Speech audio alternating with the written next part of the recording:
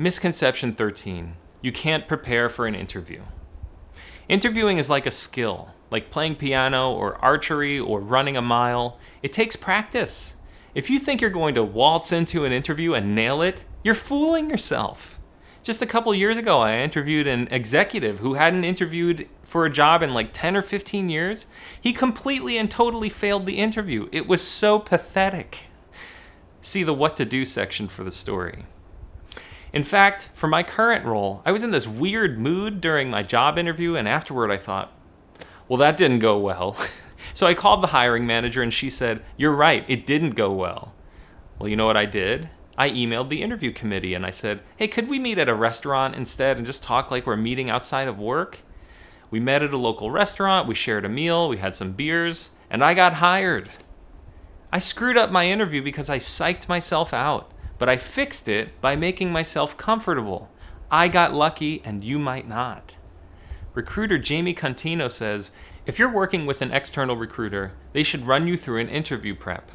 Listen to this, take notes, and ask questions. They get paid to fill this position and they want this for you as much as you want this for you. Let's acknowledge that for some women, calling a hiring manager and asking for a redo off premises is tricky, especially if that hiring manager is a man. More often than not, it's not a big deal, but that's not always the way it goes.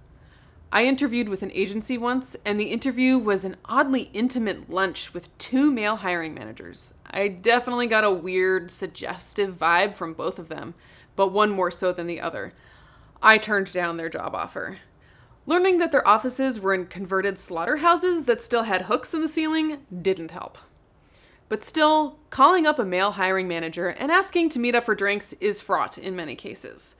Luckily, there are many women hiring managers out there, and requesting to meet for lunch or drinks isn't as weird. But I'd still like to point out to Anthony that not everyone can do it just like he can. Do what you're comfortable with and always listen to your gut.